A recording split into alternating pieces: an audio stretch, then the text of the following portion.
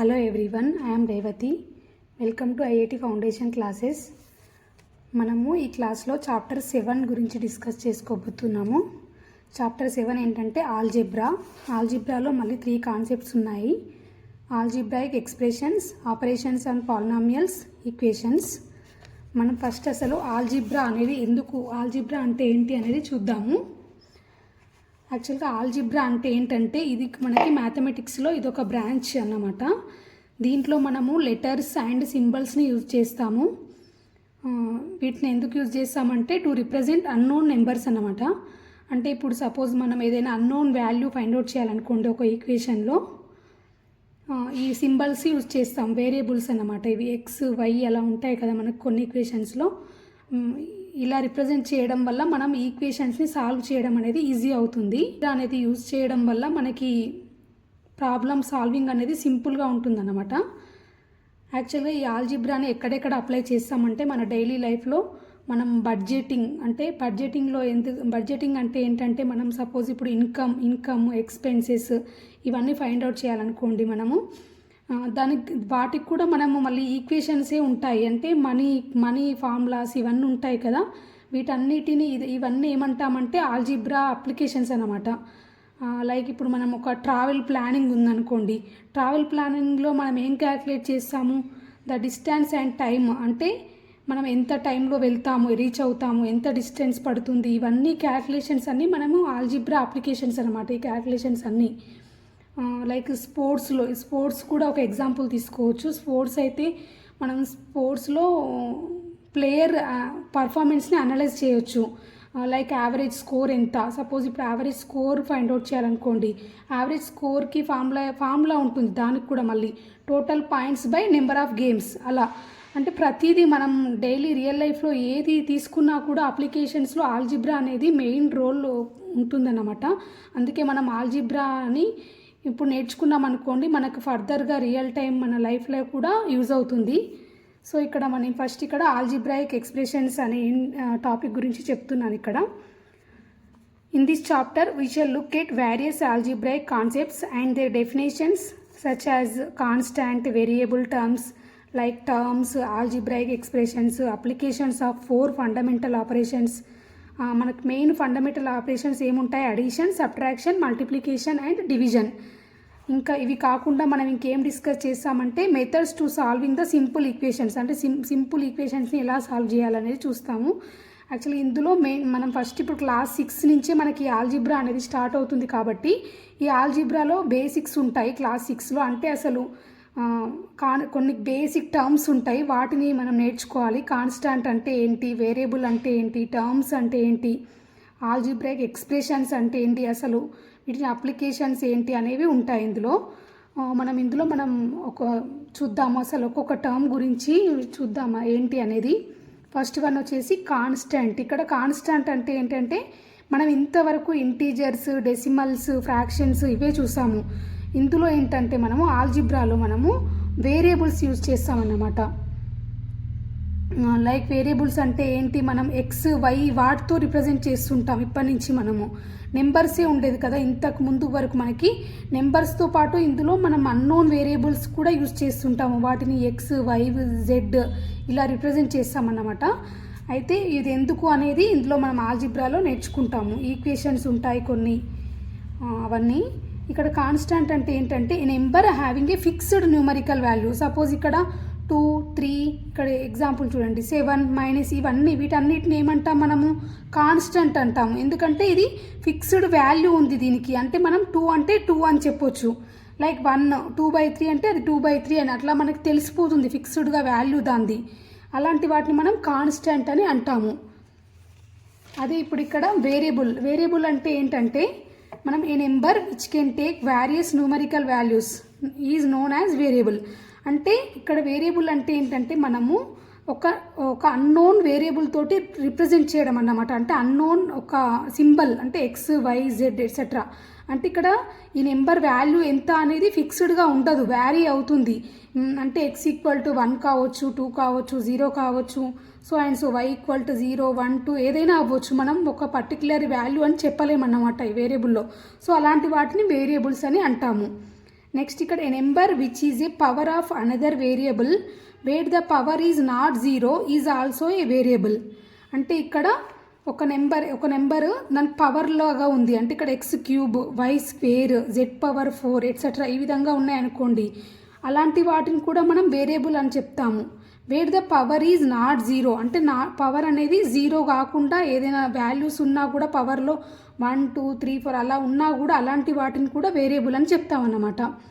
Next ఇక్కడ a number which is the product of a constant and a variable is also a variable. అంటే ఇక్కడ ఏంటంటే మనం వేరియబుల్కి ఏమేమి డెఫినేషన్స్ ఉన్నాయనేది చెప్తున్నాను. ఫస్ట్ వన్ వచ్చేసి ఒక numerical various numerical value is known as a variable. Next డెఫినేషన్లో ఏంటంటే ఏదైనా పవర్స్ ఉన్నా కూడా అలాంటి వాటిని వేరియబుల్స్ అనే అంటాము. నెక్స్ట్ వన్ ఏంటి, ఇక్కడ number which is the product of a constant and a variable. అంటే ఒక కాన్స్టాంట్ ప్లస్ వేరియబుల్ రెండింటి ప్రోడక్ట్ లాగా ఉన్న వాటిని కూడా మనం వేరియబుల్ అని చెప్తాము. అంటే ఏదైనా ఇప్పుడు సపోజ్ ఇక్కడ 5 ఉంది, 5 ఇంటూ ఎక్స్ పవర్ 4 ఇలా, అంటే కాన్స్టాంట్ నెక్స్ట్ వేరియబుల్ రెండు మల్టిప్లై ఉన్న వాటిని కూడా మనం వేరియబుల్ అని చెప్తాము. నెక్స్ట్ ఇక్కడ a combination of 2 or more variables separated by a plus sign or a minus sign is also a variable. అంటే ఇక్కడ రెండు కానీ అంతకంటే ఎక్కువ వేరియబుల్స్ ఉండి అవి ప్లస్ మైనస్ తోటి సపరేట్ అవుతున్నాయి అనుకోండి, అలాంటి వాటిని కూడా మనము వేరియబుల్ అని చెప్పొచ్చు అన్నమాట. ఇక్కడ ఎగ్జాంపుల్ చూడండి, x square minus y power 4 plus z power 6. ఇక్కడ కాంబినేషన్స్ ఉన్నాయి, ఇందులో ఏమేమి ఉన్నాయి, ప్లస్ మైనస్ తోటి ఇక్కడ కంబైన్ చేస్తున్నాం అన్నమాట. ఇంతకుముందుకు ఏంటివి ఓన్లీ సింగిల్గా చెప్పాడు ఈ డెఫినేషన్స్లో, అంటే ఏదర్ ఎక్స్ని కూడా వేరియబుల్ అనొచ్చు, ఎక్స్ క్యూబ్, వై స్క్వేర్ అలాంటి వాటిని అనొచ్చు అన్నాడు. నెక్స్ట్ ఇక్కడ కాన్స్టాంట్ తోటి మల్టిప్లై అయిన వాటిని కూడా వేరియబుల్స్ అనొచ్చు అన్నాడు. ఇక్కడ లాస్ట్ దాంట్లో ఏంటంటే కంబైన్ చేసినప్పుడు కూడా వాటిని వేరియబుల్ అని అంటాము. ఒకసారి ఇక్కడ నేను మళ్ళీ ఒకసారి చెప్తాను వీటికి. చూడండి, ఫస్ట్ కేసులో ఏంటి, సపోజ్ ఎక్స్, వై, జెడ్ ఇలా ఉన్న వాటిని కూడా మనము వేరియబుల్స్ అంటాము. నెక్స్ట్ దాంట్లో ఏంటి, మనము పవర్స్ లాగా ఉన్న వాటిని కూడా x square, y square, z cube ఇలాంటి వాటిని కూడా వేరియబుల్స్ అంటాము. నెక్స్ట్ కేసులో ఏంటి, multiply with constants 5x square, 3x 3y ఇలాంటివి కూడా వేరియబుల్స్ అంటాము. నెక్స్ట్ కేసులో ఏంటంటే కంబైన్ చేస్తున్నాము 2 వేరియబుల్స్ని, 5x square plus 3y square minus 6z combine చేస్తున్నాము. దేంతో, ఈ సింబల్స్తో ప్లస్ ఆర్ మైనస్ యూజ్ చేసి వేరియబుల్స్ని కంబైన్ చేసిన వాటిని కూడా మనం వేరియబుల్స్ అనే చెప్తామన్నమాట. అంటే ఏంటో చూద్దాము. ఆల్జిబ్రాయిక్ ఎక్స్ప్రెషన్ అంటే ఏంటంటే ఈ combination of constants and variables connected by plus or minus or into or divide signs is known as algebraic expressions.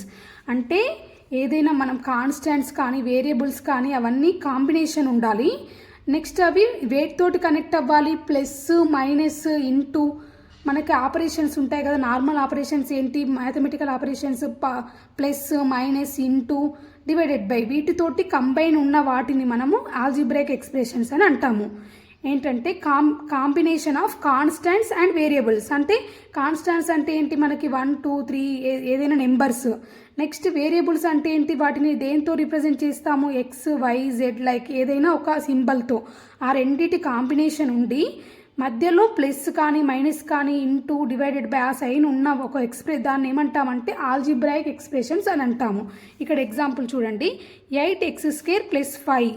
ఇక్కడ ఇదొక ఎక్స్ప్రెషన్, ఇదొక ఎక్స్ప్రెషన్. ఇక్కడ ఇదేమో 4x క్యూబ్. ఇది చూడండి, ఇక్కడ ఏమేమి ఉన్నాయి, కాన్స్టాంట్ నెక్స్ట్ వేరియబుల్ రెండింటి కాంబినేషన్ ఉంది. నెక్స్ట్ ఇవి వెయిట్ తోటి సపరేట్ అవుతున్నాయి, ఇవి కనెక్ట్ అవుతున్నాయి, ప్లస్ మైనస్ వాటితోటి కనెక్ట్ అవుతున్నాయి. సో ఇదొక ఆల్జిబ్రాయిక్ ఎక్స్ప్రెషన్ అన్నమాట. ఇందులో కూడా చూడండి ప్లస్ మైనస్ ఉంది, నెక్స్ట్ ఒక వేరియబుల్స్ ఉన్నాయి, కాన్స్టాంట్స్ ఉన్నాయి, అన్నిటి కాంబినేషన్ తోటి నెక్స్ట్ మధ్యలో మ్యాథమెటికల్ ఆపరేషన్స్ ఉన్నాయి. ఇలాంటి వాటిని ఏమంటాం మనం, ఆల్జిబ్రాయిక్ ఎక్స్ప్రెషన్స్ అని అంటాము. Next terms, several parts of an algebraic expressions separated by plus or minus signs are called terms. అంటే ఇప్పుడు మనకు ఒక ఆల్జిబ్రాయిక్ ఎక్స్ప్రెషన్స్లో చాలా పార్ట్స్ ఉంటాయి. అంటే ఇప్పుడు చూడండి, ఇక్కడ ఇది ఉంది కదా, ఇందులో ఎన్ని పార్ట్స్ ఉన్నాయి, 8x స్క్వేర్ 5. అంటే ఇక్కడ విడివిడిగా ఉన్న వాటిని ఏమంటామంటే ఇందులో వాటిని టర్మ్స్ అని పిలుస్తామన్నమాట. చూడండి, ఇప్పుడు ఒక ఎగ్జాంపుల్ ఉంది ఇక్కడ, 8x మైనస్ 14y +9. ఇది ఇక్కడ ఏమవుతుంది, ఇది కాంబినేషన్స్ ఉన్నాయి ఇందులో, కానీ ఇవి మధ్యలో మ్యాథమెటికల్ ఆపరేషన్స్తో కనెక్ట్ అవుతున్నాయి. అంటే ఇది ఒక ఆల్జిబ్రేక్ ఎక్స్ప్రెషన్ కదా. ఇందులో సపరేట్గా ఉండే ఒక్కొక్క దానిని ఏమంటామంటే టర్మ్ అని చెప్తాము. అంటే దేంతో అయితే సపరేట్ అవుతున్నాయి, ప్లస్ మైనస్ సపరేట్ అవుతున్నాయి కదా, ఈ ఏం సపరేట్ అవుతున్నాయి, ఈ పార్ట్స్, ఈ ఒక్కొక్క దాన్ని ఏమంటామంటే వీటిని టర్మ్స్ అంటాం. ఇది సపోజ్ ఇది 8x అనేది ఒక టర్మ్, నెక్స్ట్ 14y అనేది ఒక టర్మ్, 9 అనేది ఒక టర్మ్ అన్నమాట. అంటే ఇక్కడ సెవరల్ పార్ట్స్ ఉన్నాయి కదా మనకు ఒక ఆల్జిబ్రేక్ ఎక్స్ప్రెషన్స్లో, వీటన్నిటి ఒక్కొక్క దాన్ని సపరేట్గా ఏమంటామంటే టర్మ్స్ అని పిలుస్తామన్నమాట. Next coefficient of a term. అంటే కోఎఫిషియంట్ అంటే ఏంటి ఒక టర్మ్కి అనేది చూద్దాం. ఇక్కడ కన్సిడర్ ద టర్మ్, ఇక్కడ 9x⁴ ఇది ఒక టర్మ్ కదా, ఎందుకంటే ఈ టర్మ్ అనేది దేంతో ఒక వేరియబుల్ అండ్ కాన్స్టెంట్తో కంబైన్ అయి ఉంటుంది. అంటే ఒక వేరియబుల్ అయినా ఉండొచ్చు, లేదంటే కాన్స్టెంట్ విత్ వేరియబుల్ అయినా అవ్వచ్చు, లేదంటే ఓన్లీ వేరియబుల్ అయినా అవ్వచ్చు, ఏదైనా అవ్వచ్చు టర్మ్ అనేది.